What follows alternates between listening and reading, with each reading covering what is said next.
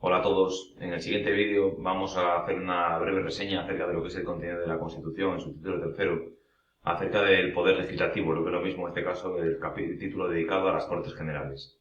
En cuanto a lo que es el título tercero de la Constitución, está estructurado en tres capítulos básicos. Uno hablándonos de cómo son las cámaras. Hablamos aquí de un sistema bicameral, teniendo en este caso una Cámara de Representación Territorial, también conocida como Cámara Alta o lo que es lo mismo, el Senado, y una Cámara Baja compuesta por lo que es el Congreso de los Diputados. En cuanto a lo que es el segundo capítulo del título 3, vamos a hablar de cuál es la función primordial de un parlamento. Y básicamente, de manera tradicional, la función de un parlamento siempre ha sido dos. Uno que sería la producción legislativa, lo que es lo mismo, la elaboración de las leyes, y por otra parte lo que sería el control al Poder Ejecutivo. Este control del Poder Ejecutivo, en lo que es la Constitución, no está recogido en el título 3, sino que está recogido en el título 5, viendo figuras como son las preguntas, las interpelaciones, lo que es la figura de la moción de censura y la cuestión de confianza, así como también la petición de comparecencia de los miembros del Gobierno, en este caso en la sede de las Cortes. ¿Vale? Por lo tanto, como podéis ver, las funciones primordiales son de carácter legislativo y luego también de carácter de control del otro poder. Como sabéis, nuestra Constitución bebe especialmente de los ideales de la Revolución Francesa y, por ende, parte de la desconfianza de los poderes hacia lo que es el poder ejecutivo. En cuanto a lo que es también el título tercero, nos hace una última referencia a la producción normativa no de dentro del Estado, sino proveniente de organizaciones internacionales a las cuales se les pueden otorgar competencias otorgadas en la Constitución. O lo que es lo mismo, incorporar a nuestro reglamento interno, por tanto, normas que también vayan a ser de obligado cumplimiento para España. En este caso, a título de carácter informativo, debemos tener en cuenta que los tratados internacionales, según las materias sobre las que versen, pueden ser simplemente sometidos a comunicación previa a las Cortes o, en este caso, requerir autorización previa, en función de las materias a las cuales afecten. Dicho los cual, empezando ya en cuanto a lo que es el contenido del título 3, debemos decir que en este caso, como bien os anticipaba anteriormente, se compone en las Cortes Generales de un sistema bicameral. Congreso de los Diputados por un lado, Senado por el otro, cuya función primordial es la potestad legislativa, la aprobación de los presupuestos y, como decíamos antes, ese control de la acción del Gobierno. En cuanto a lo que es el mandato parlamentario, recordad en este caso que los diputados y senadores no están sometidos a mandato imperativo y que además de esto no se pueden acumular simultáneamente actas de las dos cámaras, no se puede ser diputado y senador al mismo tiempo. Lo que sí se permite es ser senador y al mismo tiempo diputado, pero autonómico, ¿vale? Igualmente debe recordar, por tanto, en cuanto a lo que es la primera premisa que abre la Constitución, que es el Congreso de los Diputados, debemos tener en cuenta que su número de miembros oscila entre los 300 y los 400 y que a día de hoy son de 350. Teniendo en cuenta además que la circunscripción a la cual se presentan los diputados es una circunscripción de carácter provincial, teniendo en cuenta en este caso, por tanto, que hay un sistema de representación proporcional que le asigna en función de criterios de población y en función también del criterio, básicamente, de lo que es la provincia, pues un número de diputados a cada una de las que conforman España. Recordad que la legislatura, como norma general, dura 4 años, aunque en las últimas legislaturas hemos podido ver que se han anticipado la disolución por otros motivos o por otros. Unas causas por la moción de censura presentada por Mariano Rajoy en el año 2018, en otros casos también porque no se pudo llevar adelante lo que es la ley de presupuestos. En todo caso, las legislaturas pueden terminar de manera anticipada, si bien lo normal sería que acaben a los 4 años. Recordad también que, por tanto, el mandato del diputado termina bien 4 años después de ser elegido o el día que se disuelve la Cámara. Debemos tener en cuenta también un plazo importante que recoge la Constitución, que es una vez que disuelvo la Cámara, pues cuándo tengo que celebrar elecciones. Y recordad que, por un lado, las elecciones tienen que celebrarse entre 30 y 60 días desde que acaba el mandato y el Congreso electo se tiene que convocar 25 días después de haberse celebrado las elecciones. En cuanto a lo que es el Senado, debemos recordar, por tanto, que hay también un sistema de representación en el cual se asigna a cada provincia 4 senadores. Estos 4 senadores son elegidos igual que los diputados, por sufragio universal, libre, igual, directo y secreto. Igualmente, también establece una asignación de senadores específica para lo que son el ámbito insular. Por tanto, aquí distinguiríamos en este caso las islas mayores, lo que es lo mismo, Gran Canaria, Mallorca y Tenerife, de las menores, o lo que es lo mismo, Ibiza y Formentera, Menorca, Fuerteventura, La Gomera, El Hierro, Lanzarote y La Palma. O lo que es lo mismo, para las pequeñas asignaremos un senador, para las grandes asignaremos 3. En el caso de las ciudades autónomas de Ceuta y Melilla, en vez de 3 y 1, pues en este caso 2 senadores, ¿vale? Igualmente debemos tener en cuenta que las comunidades autónomas, por el mero hecho de estar constituidas como comunidad autónoma, también les corresponde la designación de un senador. Y luego, por criterios de población, por cada millón de habitantes, un senador más. Si pusiéramos el ejemplo, por ejemplo, de la comunidad de Galicia, que tiene 4 provincias y tiene 2,7 millones de habitantes, pues tendría 16 senadores por cada una de las provincias en total, un senador más por ser comunidad autónoma, 17, y por criterios de población tendría 2, o lo que es lo mismo, 19 en total. En cuanto a lo que es el mandato del senador, igual que el del diputado, 4 años y finaliza 4 años después de ser elegido o el mismo día que se disuelven las cámaras. Como podéis imaginaros, habida cuenta de que los diputados y senadores obedecen al interés general a la hora de representar los intereses de los ciudadanos en unas elecciones periódicas, están sometidos a una serie de incompatibilidades, pero también a un sistema de privilegios e inmunidades. En cuanto a lo que son las incompatibilidades, como podéis imaginar, no todo el mundo puede presentarse a diputado o senador, lo que lo mismo está vetado para personas que ejercen funciones de carácter jurisdiccional o que ejercen funciones a las cuales se les exige obligación de objetividad e imparcialidad. En este caso hablamos, por tanto, de jueces, de magistrados, de miembros del Tribunal Constitucional, de altos cargos de la Administración, defensor del pueblo y también aquellas personas que desempeñan labores en las Fuerzas Armadas o en las fuerzas y cuerpos de seguridad que estén en activo.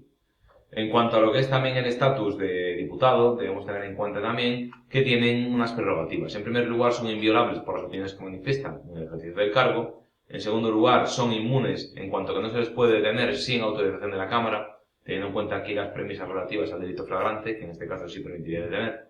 Y por otra parte, son aforados, o lo que lo mismo serán enjuiciados e instruida su causa ante la Sala Segunda del Tribunal Supremo. En cuanto a lo que son las cámaras, como podéis imaginar, establecen sus propios reglamentos, o lo que lo mismo, el funcionamiento interno de las mismas se va a regular a través de este reglamento. Además de esto, van a regular el estatuto del personal y además se tiene que hacer siempre por mayoría absoluta en una votación final sobre el conjunto del proyecto. Debemos tener en cuenta también que las cámaras se reúnen anualmente en dos periodos de sesiones que van de septiembre a diciembre y de febrero a junio. Y además de esto, de manera extraordinaria también se pueden reunir, bien porque lo pide el Gobierno, bien porque lo pide la Diputación Permanente, o bien porque lo piden por mayoría absoluta cualquiera de los miembros de las cámaras. Por lo tanto, fuera de lo que es el periodo ordinario, también se pueden reunir en estos supuestos de manera extraordinaria. En este caso, cuando se reúnen de manera extraordinaria, debe ser siempre con un orden del día fijado y además de esto, pues para un día concreto. Una vez debatido el orden del día, pues se cerraría la sesión de las cámaras y continuaría el periodo que va entre los periodos de sesiones. En cuanto a lo que son el funcionamiento de las cámaras, también cabe recordar que funcionan en pleno y funcionan en comisiones. En este caso, las comisiones son o bien de carácter legislativo o bien de carácter no legislativo. En todo caso, se puede delegar en estas comisiones legislativas, por tanto, la aprobación de proyectos o de proposiciones de ley. Como podéis imaginar, hay unas materias que van a quedar reservadas siempre para el pleno de las cámaras. En este caso hablaríamos, por tanto, de lo que es la reforma, recogida en el título 10, de lo que son las cuestiones internacionales o también de lo que se trate o lo que esté reservado a reserva de ley orgánica, así como para las leyes de bases, lo que es lo mismo para la delegación de competencias, y también para lo que es el debate de la ley de presupuestos generales del Estado. En estos supuestos, sí o sí, tendrían que ser debatidos estos proyectos de ley a través del pleno correspondiente. Uno de los mecanismos de control también por parte de las cámaras, conforme a lo que es la actitud del Poder Ejecutivo, es la creación de comisiones de investigación, que se pueden crear en Congreso o en Senado de manera conjunta. En este caso, las cámaras tienen un gran problema, es que vienen viciadas de fondo, porque las conclusiones que tienen o que se hayan adoptado no son vinculantes para nadie, o lo que es lo mismo, se pueden traspasar sus conclusiones al Ministerio Fiscal, pero eso no va a eximir de prueba. Por lo tanto, en principio, lo único que sería obligatorio para las comisiones de investigación es que es obligatorio comparecer, ¿vale? Pero las conclusiones que se obtienen en ellas no vinculan absolutamente a nadie. Debemos tener en cuenta también que, como una manifestación de ese derecho de petición, las personas pueden ejercer este derecho pidiendo de manera individual o colectiva, aunque sí siempre es cierto, por escrito, a las cámaras la adopción de proyectos de ley, ¿vale? Por lo tanto, como podéis imaginar, esto es una manifestación de esa participación que se permite también en el artículo 23 de la Constitución como un derecho fundamental. Debemos tener en cuenta que en relación a lo que son los periodos de sesiones, entre ellos, y cuando las disoluciones de las Cortes se han llevado a cabo, lo que es lo mismo, una vez disuelto el mandato parlamentario, no hay vacíos de poder, sino que este queda asumido a través de lo que es la Diputación Permanente. Interesa aquí normalmente para lo que es los exámenes de oposición, básicamente, pues que la Diputación Permanente se compone por un mínimo de 21 miembros, que van a ir representando a los grupos parlamentarios, no lo confundáis con los grupos políticos, en proporción a la importancia numérica que tiene la sede correspondiente del Congreso o del Senado. ¿Quién va a presidir estas diputaciones permanentes? Pues el presidente de la Cámara respectiva. Igualmente, en cuanto a lo que es la adopción de acuerdos en las Cortes, debemos tener en cuenta que la regla general es que se adopta por mayoría de los votos presentes, pero esto no es un óbice para que haya mayorías cualificadas en este caso para determinadas cuestiones. Por ejemplo, para la ley orgánica necesitaríamos pues mayoría absoluta. O, por ejemplo, para la proposición de candidato a defensor del pueblo por esa mayoría de 3/5, ¿vale? Por tanto, como veis, hay diferentes mayorías cualificadas sin perjuicio de la regla general que es la mayoría de los votos presentes. Igualmente, como podéis imaginar, las sesiones con carácter general, cuando son plenarias, son públicas, salvo que se adopte en contra de un acuerdo, en este caso por mayoría absoluta.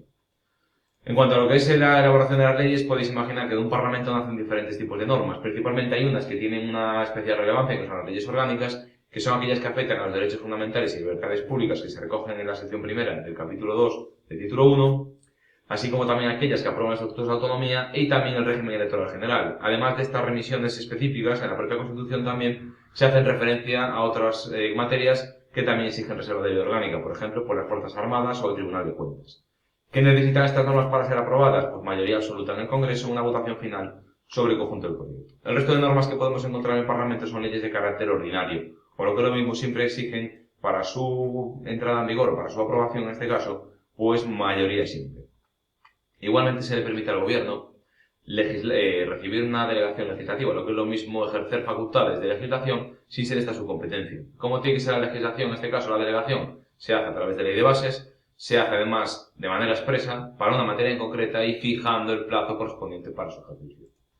Debemos recordar que la delegación legislativa se puede hacer única y exclusivamente al Gobierno y que esta delegación va a ser o bien para refundir textos legales, en este caso simplemente recogiendo todo en una sola norma, o también permitiéndole al Gobierno, pues básicamente regularizar, aclarar o armonizar textos legales que deban ser en este caso refundidos. Por tanto, debemos recordar también que la ley de bases no permite a su vez delegación en otras autoridades distintas y que tampoco va a permitir al Gobierno legislar con carácter retroactivo en ninguna materia. En cuanto a lo que es la forma de la delegación legislativa, podéis imaginaros que se va a llamar decreto legislativo y si lleva firma del rey, pues real decreto legislativo. En cuanto a lo que es también el decreto ley, es otra anomalía, porque también se va a permitir al Gobierno legislar, pero en este caso no por delegación, sino por materias que son de carácter extraordinario y urgente y que no permiten los debates parlamentarios propios del periodo ordinario.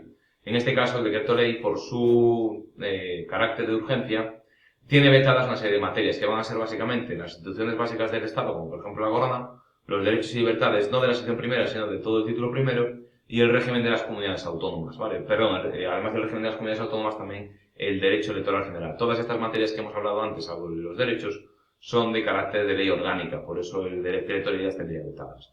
Igualmente, por esa simple provisionalidad de la norma, el decreto ley se tiene que convalidar en el plazo máximo de 30 días desde que es promulgado. En esos 30 días pueden pasar dos cosas, o bien que se derogue, o bien que se convalide, por tanto quede definitivamente establecido. Por tanto, como veis, una cuestión importante también es que, en cuanto a iniciativa legislativa, la Constitución se va a permitir a varias personas, al Gobierno a través de la adopción de proyectos de ley, a la oposición a través de la proposición de ley que tome en consideración el Senado, a las comunidades autónomas solicitando directamente de la mesa del Congreso, en este caso una proposición de ley que van a remitir, o del propio Gobierno un proyecto de ley. Y luego la iniciativa legislativa popular, también como mecanismo de participación de la ciudadanía, a través de esta iniciativa, esta ILP que ha sido tan famosa en los últimos años, que requiere no menos de 500.000 firmas y que tiene vetadas las materias reservadas a la ley orgánica, las de carácter internacional y también aquello relativo a lo que es la prerrogativa de gracia, lo que es lo mismo el indulto. Por tanto, como veis, pues también se permite a otros agentes, y no solo al Gobierno, ejercer la iniciativa legislativa. Una vez que se tramita todo el proceso, en este caso de negociación y aprobación de los proyectos o proposiciones de ley, solo nos queda, por tanto, que el jefe del Estado haga dos cosas: las sancione, lo que es lo mismo, las firme y las promulgue. ¿Qué plazo tiene el jefe del Estado para sancionar? Pues tiene el plazo de 15 días, ¿vale? Por lo tanto, esto sería un poco lo que nos correspondería en cuanto a lo que es la producción normativa.